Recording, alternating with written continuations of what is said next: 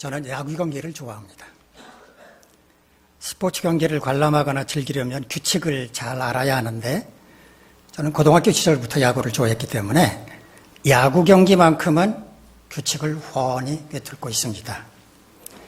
축구나 농구 경기의 경우에는 정해진 경기 시간이 끝날 때까지 출전한 선수들이 끊임없이 뛰어다녀야 하죠. 그런데 야구는 그렇지 않습니다. 팀원 전체가 한꺼번에 공격하는 게 아니라 한 사람씩 개별적으로 공격을 하기 때문에 공격하지 않는 선수들은 덕아웃이라고 불리는 선수 대기실에서 충분히 쉴 수가 있습니다. 그래서 야구는 가장 신사적이고 가장 매너 있는 경기라고 말합니다. 야구 경기에서 가장 주목받는 선수는 역시 투수입니다만은 그렇다고 해서 투수만 뛰어나다고 이길 수 있는 건 아닙니다. 물론 투수가 뛰어나면 방어를 할 때 큰 도움이 되지만 타자의 타력 또 수비력도 그에 못지않게 중요합니다. 그러나 저에게 만일 누군가가 야구 경기에서 가장 중요한 게 뭐라고 생각을 하십니까? 라고 묻는다면 저는 감독의 능력이라고 말하겠습니다. 야구 경기의 감독은 오케스트라의 지휘자와 같습니다. 선수 개개인의 능력, 특기, 결정, 컨디션 이런 것들을 다 알고 있고 경기 당일의 날씨, 경기장의 상황은 물론이고 상대편 선수의 모든 정보까지 다 파악하고 있어서 순간순간 가장 효과적인 작전을 펼쳐나가기 때문입니다. 그러므로 아무리 뛰어난 투수라고 할지라도 감독이 야 이번에 타자를 걸러 내보내라 라고 사인을 보내면 그렇게 능력 있는 투수라도 엉뚱한 볼을 던져서 타자로 하여금 걸어나가도록 해야 합니다. 또 홈런을 뻥뻥 쳐대는 장타력을 가진 선수라고 할지라도 감독이 이번에 번트라는 사인을 보내면 제 아무리 홈런 타자도 배트를 짧게 잡고 번트를 대야만 합니다. 팀에서 감독만큼 모든 상황을 가장 잘 알고 있고 옳게 판단할 수 있는 사람은 없기 때문입니다. 그러므로 승리할 수 있는 팀은 어떤 팀인가? 훌륭한 선수를 많이 갖고 있는 팀이 아니라 모든 선수가 하나같이 감독의 전략대로 따라주는 팀입니다. 우리 인생도 마찬가지입니다. 어떤 사람은 매사에 승리하며 살아가지만 어떤 사람은 하는 일마다 패하는 삶을 삽니다. 어떤 사람이 매사에 승리하며 사는지 아십니까? 하나님께 순종하는 사람입니다. 왜 그럴까요? 우리의 인생을 허락하신 분이 바로 하나님이시고 우리의 인생의 설계자가 바로 하나님이시기 때문입니다. 우리의 인생을 구체적으로 설계하신 하나님, 우리 인생의 주인이 되시는 하나님, 우리의 인생길을 인도하시는 목자 되시는 하나님께 겸손히 순종할 때 우리는 승리하는 인생을 살 수 있습니다. 오늘은 이런 주제로 함께 생각해 보도록 하겠습니다. 오늘 본문은 가나안 정복 전쟁을 벌이던 이스라엘 민족이 세디슨 패배를 경험하고 나서 승리를 거두게 되는 이야기인데 그들은 왜 패배할 수밖에 없었으며 또 어떻게 해서 승리할 수 있게 되었는지 함께 살펴보도록 하겠습니다. 먼저 오늘 본문의 앞부분 내용부터 살펴보도록 하겠습니다. 요단강을 건너자마자 가장 먼저 만났던 여리고성을 하나님 은혜 가운데 힘들이지 않고 정복한 이스라엘 민족은 그 요새를 몰아서 아이성을 공격하기로 했습니다. 아이성에 몰래 잠입해 성을 살펴보고 돌아온 정탐관들은 그 성은 모든 군사들이 한꺼번에 공격하지 않아도 될 만큼 규모가 크지 않은 성이기 때문에 한 2, 3천 명만 보내도 승리할 수 있을 것이라고 보고를 했습니다.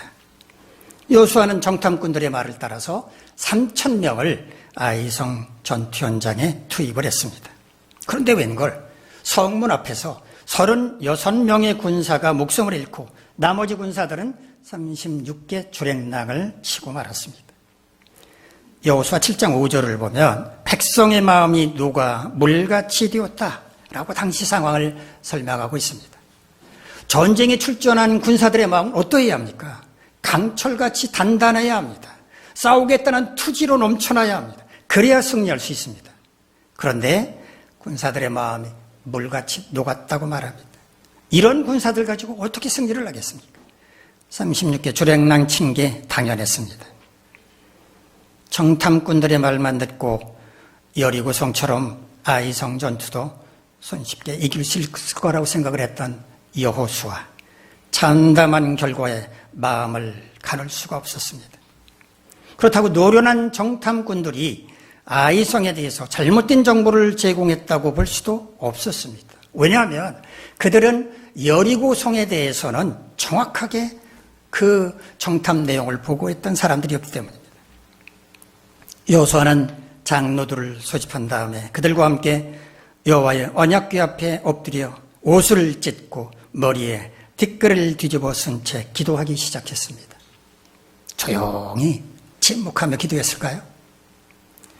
아주 쉽게 점령할 거라고 여겼던 아이성 전투에서 36명이나 되는 군사들이 아까운 목숨을 잃고 말았고, 나머지 군사들은 좋은 일을 상실한 채 걸어만 살려라 36개 주랭량을 쳤는데 어떻게 새색시처럼 조용히 침묵하며 기도할 수 있었겠습니까? 주여, 어찌하여 이 백성으로 하여금 요단강을 건너게 하시고 이제 아모리 사람들 손에 멸망시키려고 하십니까? 차라리 요단강 건너편에서 살게 하시지 그러셨습니까? 이스라엘이 원수에게 등을 돌린 이 마당에 제가 무슨 말씀을 드릴 수 있겠습니까? 이제 가나안 땅에 사는 사람들뿐만 아니라 이 땅에 사는 모든 사람들이 이 소식을 들으면 우리를 포위하고 공격하려고 들 것입니다. 그러면 우리는 이 땅에서 끊어지고 말 것입니다. 주여, 어떻게 당신의 위대하신 이름을 알리시렵니까? 여호수아와 장로들은 큰 소리로 울부짖었을 것입니다. 그렇다고 다시 요단강을 건너서 돌아갈 수도 없고, 그렇다고 앞으로 나아갈 수도 없는 진퇴양난의 상황에서 그들이 할 수 있는 거라고는 기도 말고는 아무것도 없었기 때문입니다. 하나님께서 여호수아와 장로들의 부르짖음을 들으시고 왜 그들이 아이성 전투에서 패할 수밖에 없었는지 그 이유를 자세하게 말씀해 주셨습니다. 그들이 패한 것은 그들의 죄 때문이라고 말씀하셨습니다. 즉 하나님은 그들이 지은 죄를 심판하시기 위해서 아이성 전투에서 패하게 하셨다는 겁니다. 그들이 무슨 죄를 지었기 때문인가? 하나님의 명령을 어기고 온전히 바친 물건 가운데 도둑질하여 가져다가 숨겼기 때문이라고 말씀하셨습니다. 온전히 바친 물건이란 무슨 의미인가? 이스라엘 민족이 여리고성을 공격하기 전에 하나님은 여호수아를 통해서 백성들에게 이렇게 말씀을 하셨습니다. 이 성과 그 가운데 있는 모든 것은 여호와께 온전히 바쳐라. 바친 것 중에서 어떤 것이든지 취하여 고통을 당하지 않도록 바친 물건에 손대지 말라. 은금과 동철 기구들은 다 여호와께 구별될 것이니 그것을 여호와의 곳간에 드릴지니라. 여리고성을 점령할 때 은금과 동철 기구들은 성전 창고에 다 드리고 나머지는 남김없이 다 진멸하라 라고 명령을 하신 겁니다. 만약에 이 명령을 어기고 물건에 손을 댄다면 고통을 당하게 될 것이다 라고 분명하게 경고하셨습니다. 그런데 누군가가 이런 하나님의 명령을 어기고 여리고성을 점령하는 과정에서 물건에 손을 댔다는 것입니다. 그래서 하나님은 보잘것없는 아이성 전투에서 이스라엘이 패하도록 하셨다는 말씀이었습니다. 아이성 전투에서 패한 원인이 무엇인지 알게 되었으므로 이제 그 문제를 해결해야만 했습니다. 여호수아는 모든 백성을 한자리에 모이도록 한 다음에 제비뽑기를 통해서 죄를 지은 지파를 가려냈는데 12지파 가운데 유다 지파가 뽑혔습니다. 그리고 유다 지파를 모은 다음에 다시 제비뽑기를 통해서 세라 족속이 뽑혔고 세라 족속 가운데 삽디 가문 가운데 삽디의 손자이며 갈림의 아들인 아간이 뽑혔습니다. 당시 구약시대의 제비뽑기는 하나님의 뜻을 확인하는 도구였습니다. 현재 유전자 분석만큼이나 정확한 방법이었습니다. 왜냐하면 하나님께서 친히 역사하셨기 때문입니다. 제비뽑기가 진행되는 동안 아간은 얼마나 불안했을까요? 차라리 제비뽑기로 자신이 범죄자로 지목되는 순간 오히려 마음이 홀가분해졌을지도 모릅니다. 아간은 자신의 범죄 행위를 순순히 다 자백했습니다. 시날산 아름다운 외투 한 벌, 은 200세겔, 50세겔 되는 금덩어리 하나를 탐내어 훔쳤다고. 그 물건들은 자신의 장막 가운데 땅속에 감추었다고 말했습니다. 그날 모든 이스라엘 백성들은 아골 골짜기에 모였습니다. 골짜기 저 아래에는 아간과 그의 가족들, 그가 소유한 모든 것, 소, 나귀, 양, 그리고 그가 훔친 물건들이 있었습니다. 그때 여호수아가 골짜기 아래를 향해서 아간을 향해서 이렇게 소리쳤습니다. 내가 어찌하여 우리를 괴롭게 하였느냐? 여호와께서 오늘 너를 괴롭게 하시리라. 괴롭게 한다고 우리말로 번역한 히브리어는 아카르란 말입니다. 따돌리다, 고립시킨다라는 뜻입니다. 이 아카르란 말에서 유래한 말이 아코르, 아골 골짜기가 되었습니다. 여호수아의 말이 떨어지기가 무섭게 온 백성들은 아간과 그의 가족들, 그에게 속한 모든 것들을 향해 돌을 던지기 시작했습니다. 그리고 삽시간에 아골 골짜기는 커다란 돌무더기가 생겨났습니다. 범죄자 아간과 그에게 속한 모든 것이 돌무덤에 묻히고 만 것입니다. 이렇게 이스라엘이 아이성 전투에서 패할 수밖에 없었던 범죄 행위에 대한 심판이 모두 끝났습니다. 하나님은 이스라엘 백성들이 이처럼 철저하게 회개하는 것을 지켜보시고 난 다음에 여호수아에게 말씀하셨습니다. 우리 오늘 본문의 말씀 화면을 보면서 한번 같이 읽겠습니다. 시작. 여호와께서 여호수아에게 이르시되 두려워하지 말라, 놀라지 말라.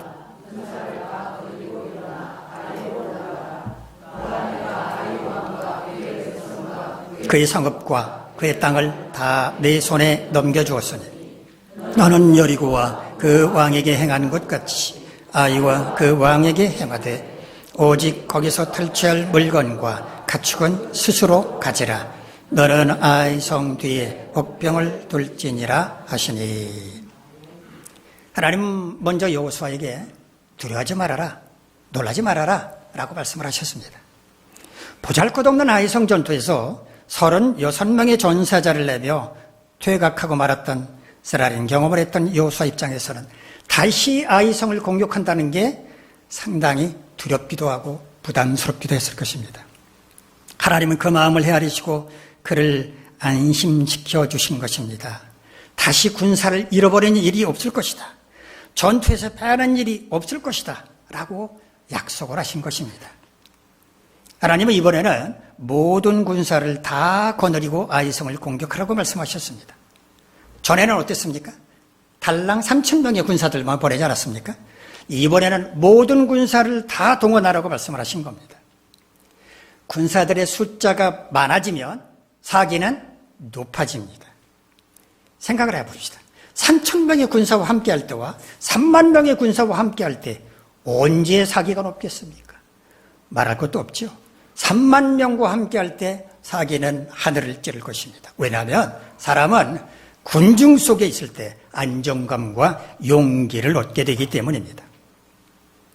하나님은 아이 왕과 그의 백성과 그의 성읍과 그의 땅을 다 여호수아의 손에 넘겨주었다라고 말씀을 하셨습니다. 구약 성경을 읽어가다 보면 이런 말씀을 자주 접할 수가 있습니다. 네 손에 넘겨주었다. 이 말은 전쟁에서 그들을 정복할 것이다, 승리할 것이다 라는 의미입니다. 1차로 아이성을 공격했을 때는 패하고 말았지만 이번에는 반드시 승리할 것이라고 약속하신 것입니다. 하나님은 아이성을 정복할 때 그들로부터 탈취할 물건들을 어떻게 처리할 것인지에 대해서도 말씀을 해주셨는데 여리고성 정복 때와는 달랐습니다. 여리고성을 정복할 때는 그 가운데 있는 모든 것은 온전히 하나님께 바쳐야 한다라고 말씀을 하셨습니다. 그러나 아이성 전투에서는 탈취한 물건과 가축은 스스로 가지라라고 말씀을 하셨습니다. 스스로 가진다라는 말은 히브리어 바자즈라는 말을 번역을 한 건데 약탈한다는 뜻입니다. 약탈한다는 게 무슨 뜻입니까? 폭력을 써서라도 남의 것을 억지로 뺏는 것을 가리킵니다. 이 말은 하나님께 온전히 바친다는 말과 대치되는 개념입니다. 따라서 아이성을 점령할 때는 모든 걸 하나님께 바치지 않아도 된다. 즉 개별적으로 취해도 된다고 말씀을 하신 겁니다. 아이성 뒤에 복병을 두라면서 구체적인 전략까지 말씀해 주셨는데 복병을 둔다라는 말은요 히브리어 아랍을 번역을 한 건데 매복한다는 뜻입니다. 그들과 정면 대결을 펼치지 말라는 겁니다. 성 뒤쪽에 숨어 있다가 결정적인 순간에 기습 공격을 하라라고 전략을 말씀을 해 주신 겁니다. 여호수아는 이와 같은 하나님의 명령에 순종하여 군사 3만 명을 한밤중에 아이성 전투 현장으로 투입을 시켰는데 하나님의 말씀하신 대로 성의 뒤쪽 그리고 서쪽에 군사들을 매복시켰습니다. 그리고 나머지 군사들은 여호수아가 이끌고 성문 앞에 집결을 했습니다. 이스라엘 군사들이 성문 앞에 집결을 하자 아이성 군사들이 성문을 열고 나왔습니다. 공격하기 위해서 성문을 열고 나왔습니다. 그때 여호수아는 뒤로 후퇴하는 전략을 펼칩니다. 아이성 군사들이 보니까 이스라엘이 지금 두려워서 뒤로 후퇴하는구나 이렇게 생각을 했겠죠. 전략이었는데 그리고 성문을 열어둔 채 이스라엘 군사들을 향해서 공격을 해옵니다. 그때 매복했던 성 뒤쪽과 서쪽에 매복했던 이스라엘 군사들이 열려있는 성문을 통해서 성 안으로 돌아가서 그 성령을 점령하고 말았습니다. 이렇게 이스라엘은 아이성 전투에서 마침내 승리를 거두었습니다. 자, 우리 여호수아와 이스라엘 군사들이 아이성을 점령하게 된 사건을 조금 더 세부적으로 분석을 해보도록 합시다. 이스라엘이 1차로 아이성을 공격했을 때 패할 수밖에 없었던 이유는 무엇이었습니까? 아간이 범죄했기 때문이었습니다. 그러면 아간은 왜 범죄했습니까? 첫째는 하나님의 명령을 대수롭지 않게 여겼기 때문입니다. 하나님을 두려워하지 않는 교만함이 원인이었습니다. 두 번째, 탐욕에 사로잡혔기 때문이었습니다. 신할산 아름다운 외투는 아마 평생 만져보기도 힘든 명품이었을 것입니다. 금과 은, 사람 욕심을 불러일으키기에 충분했을 것입니다. 더구나 아간은 그 엄중한 때 전쟁 상황에서 이런 범죄를 저지르고도 감쪽같이 그것을 숨기는 죄도 범했습니다. 하나님께서 지켜보고 계시다고 하는 것을 망각했기 때문입니다. 하나님은 아간의 범죄를 깨닫지 못한 이스라엘이 아이성을 공격하자 패하게 하셨습니다. 정탐꾼들이 판단한 것처럼 아이성은 이스라엘이 쉽게 점령할 수 있는 작은 성에 불과했지만 그 전투에서 어처구니 없는 패배를 경험하게 함으로써 범죄에 대한 심판을 내리셨던 것입니다. 그렇다면 2차 전투에서 이스라엘이 승리할 수 있었던 이유는 무엇입니까? 첫째는 범죄에 대해서 철저하게 회개하고 거룩하게 했기 때문입니다.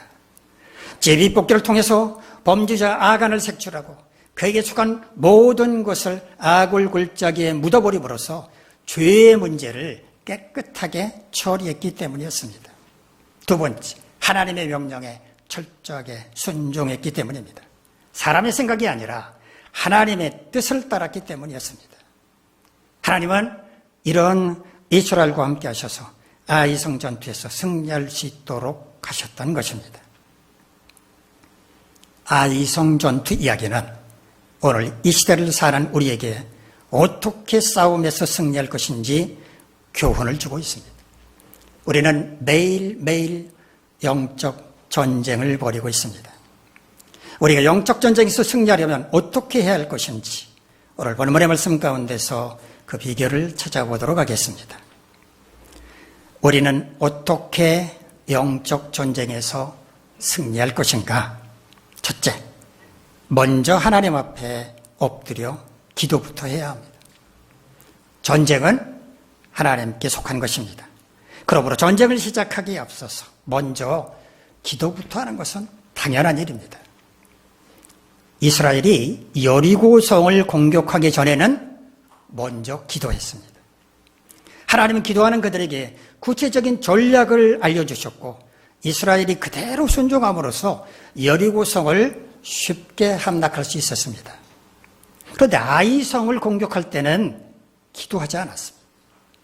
아이성을 공격하는 전략도 하나님께서 주신 것이 아니라 사람의 판단으로 결정하고 말았습니다. 그러니 패배할 수밖에 없었던 겁니다. 여호수아는 싸움에서 패하고 난 다음에 기도했습니다. 순서가 바뀐 것입니다. 싸움에서 승리하려면 먼저 기도부터 해야 합니다. 그럴 때 하나님께서 적을 무찌를 수 있는 지혜와 능력을 주시고 여차하면 하나님께서 대신 싸워주시기 때문입니다. 전쟁은 하나님께 속했다고 말하면서도 싸우기 전에 기도하지 않는다면 그건 교만한 것입니다. 하나님은 교만한 자와 함께하지 않으시기 때문에 먼저 겸손하게 기도부터 하지 않으면 결코 승리할 수 없습니다.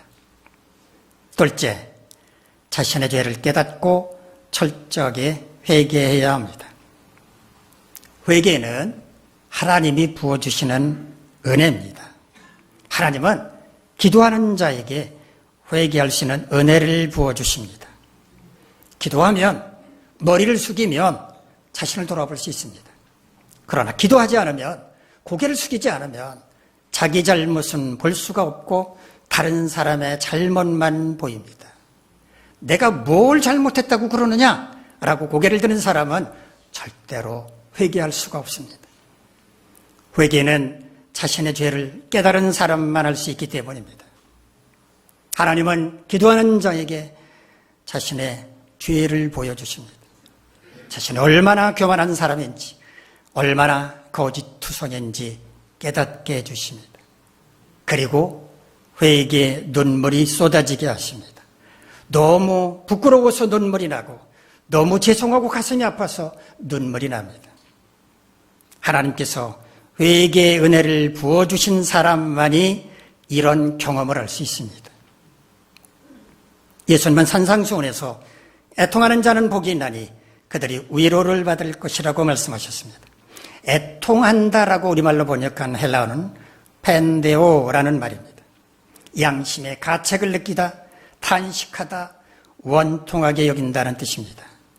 자신의 죄를 깨닫고 회개하는 모습을 나타내는 말입니다. 자신의 죄를 돌아보며 양심의 가책을 느끼고 가슴을 치며 눈물을 흘릴 수 있는 사람은 주님의 위로를 경험하게 될 것이라는 말씀입니다. 회개하는 사람은 경직되지 않고 유연합니다.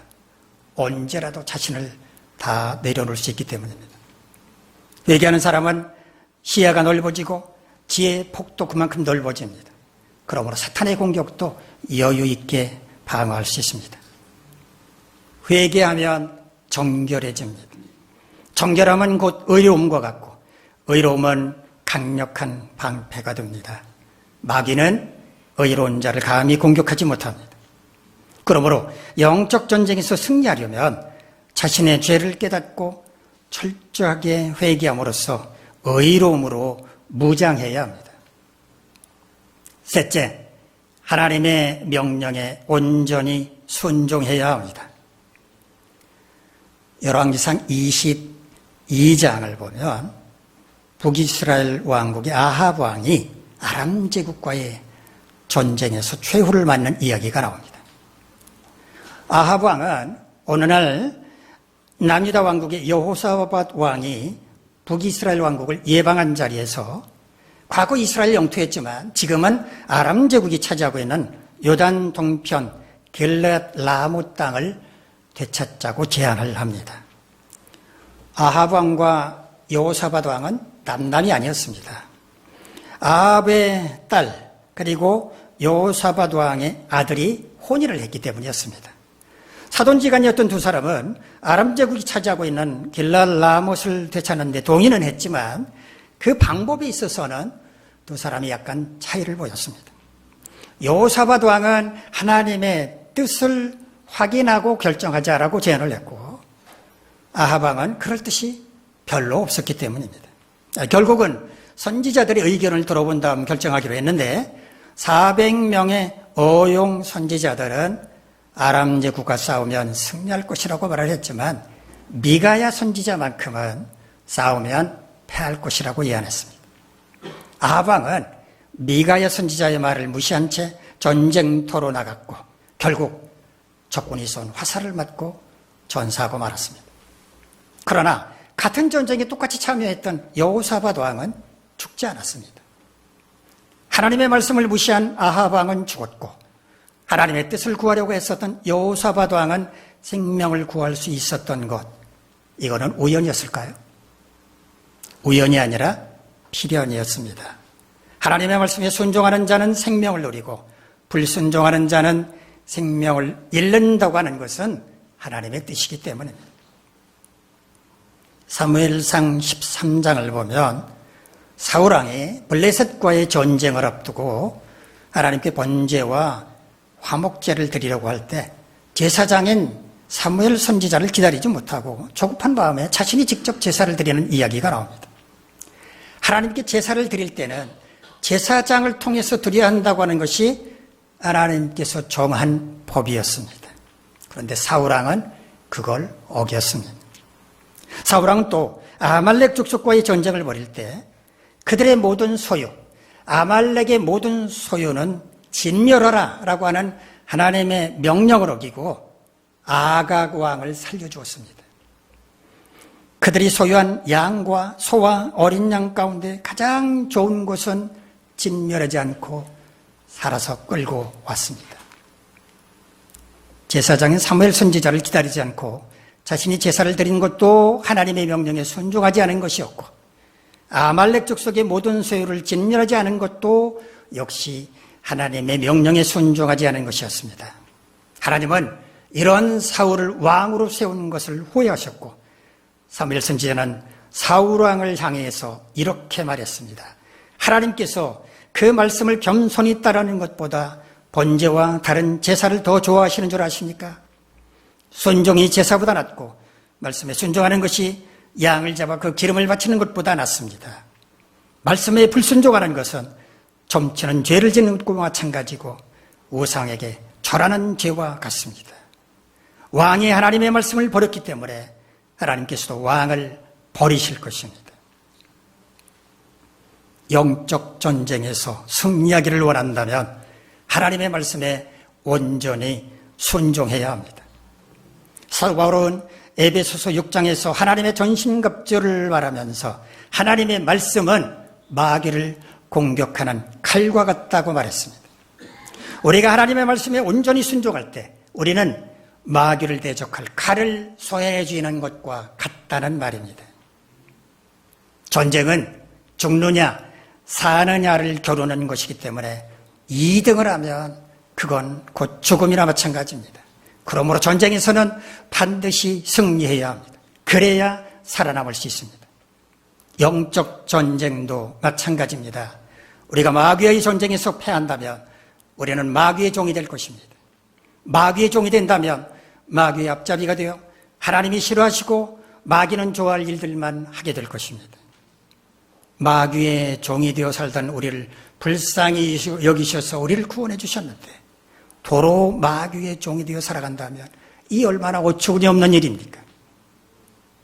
우리는 어떻게 영적 전쟁에서 승리할 수 있습니까? 첫째, 먼저 하나님 앞에 엎드려 기도부터 해야 합니다. 전쟁은 하나님께 속한 것이므로 하나님의 도우심이 절대 필요한데 그러려면 먼저 하나님께 기도부터 해야 하기 때문입니다. 둘째, 자신의 죄를 깨닫고 철저하게 회개해야 합니다. 죄가 있는 상태로는 하나님의 도우심을 받을 수 없기 때문에 아무리 열심히 싸워본들 아무 소용이 없습니다. 자신의 죄를 철저히 회개하고 정결하게 되었을 때 하나님은 우리에게 능력을 부어주시기 때문입니다. 셋째, 하나님의 명령에 온전히 순종해야 합니다. 하나님은 전쟁에서 승리하는 방법을 알고 계시기 때문에 하나님의 명령에 온전히 순종할 때 우리는 승리할 수 있습니다. 여러분 모두 이렇게 행함으로 영적 전쟁에서 승리하시기를 간절히 바랍니다. 기도하겠습니다. 자비로우신 하나님, 우리 모두 매일매일 벌어지는 영적 전쟁에서 승리할 수 있도록 은혜를 베풀어 주시옵소서. 먼저 하나님 앞에 겸손히 무릎 꿇고 기도하게 하시고 자신의 죄를 깨닫고 철저히 회개하게 하시며 온전히 하나님의 명령에 순종함으로 날마다 순간마다 마귀와의 영적 전쟁에서 승리하는 우리 모두가 되게 하옵소서.